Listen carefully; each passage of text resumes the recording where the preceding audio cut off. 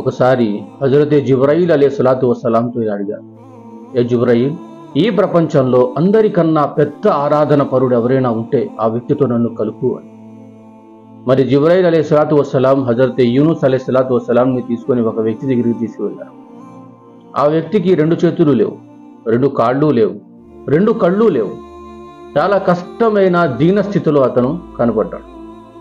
మరి యూనుస్ అలైహిస్సలాతు వస్సలాం అన్నారు, జిబ్రాయిల్, నేను నిన్ను ఆరాధపరుడు దగ్గరికి తీసుకువెళ్ళమంటే నువ్వు నన్ను వ్యాధిగ్రస్తుడి దగ్గరికి తీసుకొచ్చావేమిటి అన్నారు. దానికి జిబ్రాయిల్ అలైహిస్సలాతు వస్సలాం, అల్లాహ్ యొక్క ప్రవక్త విను అన్నారు. ఆ వ్యక్తితో అడిగారు, నీ కళ్ళు ఏమయ్యాయి అని. ఆ వ్యక్తి ఏమన్నాడో తెలుసా? ఎప్పటిదాకైతే అల్లాహ్ తాలా ఈ ప్రపంచాన్ని నాకు చూపించాలనుకున్నాడు చూపించాడు, ఇక ముందు దీనితో పని లేదు, అందు గురించి అల్లాహ్ తాలా తీసుకున్నాడు. నేను రాజీ ఉన్నాను దీని మీద, నీ చేతులు ఏమయ్యాయని అడిగారు.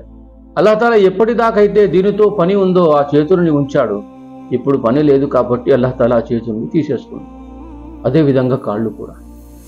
అది జిబ్రాయిల్ అలైహిస్సలాతు వస్సలాం హజరత్ యూనుస్ అలైహిస్సలాతు వస్సలాం వైపుకు తిరిగి ఇలా అన్నారు, ఏ అల్లాహ్ యొక్క దైవ ప్రవక్త, కృతజ్ఞతే అన్నిటికన్నా పెద్ద ఆరాధన, కృతజ్ఞత చూపించకపోవడమే అన్నిటికన్నా పెద్ద పాపం.